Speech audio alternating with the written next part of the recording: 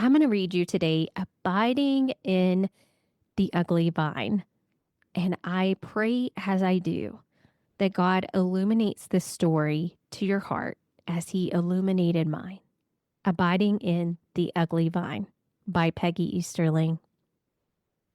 The Mediterranean was everything I hoped it would be. Cathedrals that took my breath away, markets that made me linger, and art that whispered of everlasting beauty. In Italy, we wandered through sacred chapels and stood in reverent awe at the Vatican. We marveled at Michelangelo's David, explored Pompeii's ruins, tossed coins into the Trevi fountain, and we sat with gelato in hand near the Leaning Tower of Pisa.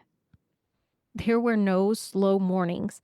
The days were full of beauty, never-ending sights to see, and the kind of pace that fills your camera roll and your soul. But the moment that marked me most didn't come with a postcard view. It came from a vineyard. Our guide had led us between rows of vines, sharing how her family had tended that land for generations. Then, with the sheepish look, she apologized. I'm so sorry. A few weeks ago, this vineyard would have been breathtaking, but now it's pruning season. If we don't cut the vines back, they won't grow fruit. She wasn't wrong. It wasn't beautiful. The vines looked stripped and sparse, piles of leafy cuttings laying in brittle heaps at their feet. Every twist, every wire, every bare stem was exposed. And in that moment, the Holy Spirit whispered, "This is what abiding looks like too." I've had seasons like that. I'm just coming out of one now. God has been pruning me, cutting back things I once held tightly, opportunities once prayed for, relationships I cherished, even identities I wore like armor. It didn't feel like growth. It felt like loss. And I found myself wanting to do exactly what the vineyard guide did. Apologize. Apologize for not being on. Apologize for not producing more. Apologize for the pruning. But here's what I'm learning. Abiding isn't about impressing. It's about staying. Abide in me and I in you, Jesus said in John 15:4. As the branch cannot bear fruit by itself unless it abides in the vine, neither can you unless you abide in me. He didn't say to flourish. He didn't say to impress. He said to abide, even when it's not productive, even when it feels raw, even when fruit is nowhere in sight and things appear bare. Because the goal of abiding isn't performance. It's remaining rooted in connection with Him. God isn't asking for perfection. He's asking for closeness, to remain, to trust Him even when we don't understand the season we're in. And since God is triune, Father, Son, and Holy Spirit, abiding doesn't mean isolating. It means stepping into intimacy with Him, and yes, with others. There are moments we're called to stillness and solitude, just like Jesus on the mountaintop.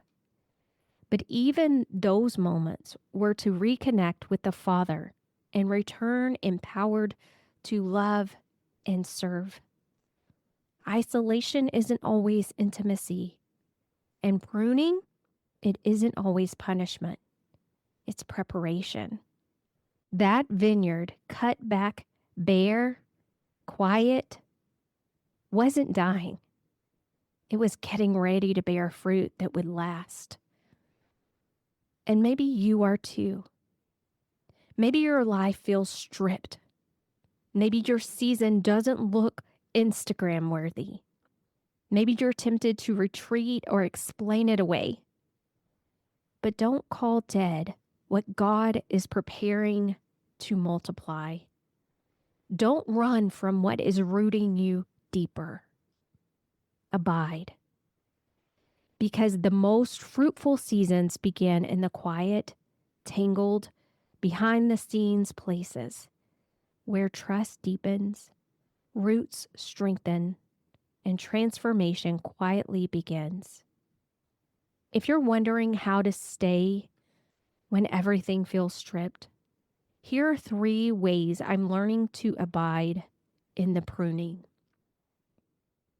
Number 1, get honest with God. Say the hard stuff. Write the unspoken thoughts. Don't dress up your prayers. God's not looking for polish.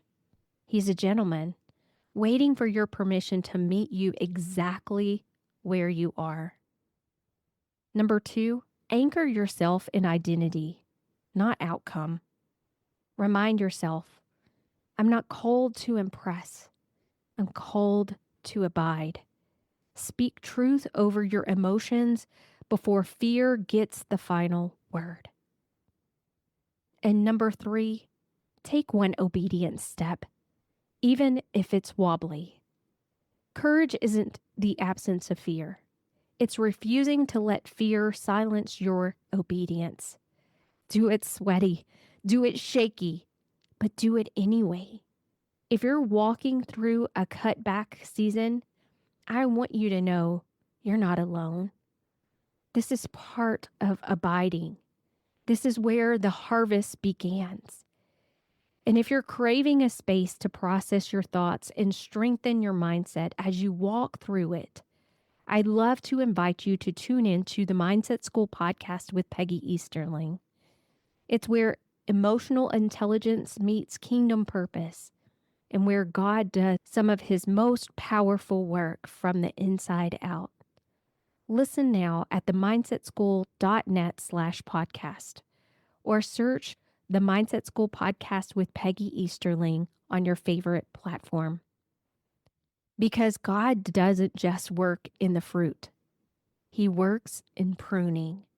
He meets us in the bare, tangled, unseen spaces and calls them preparation.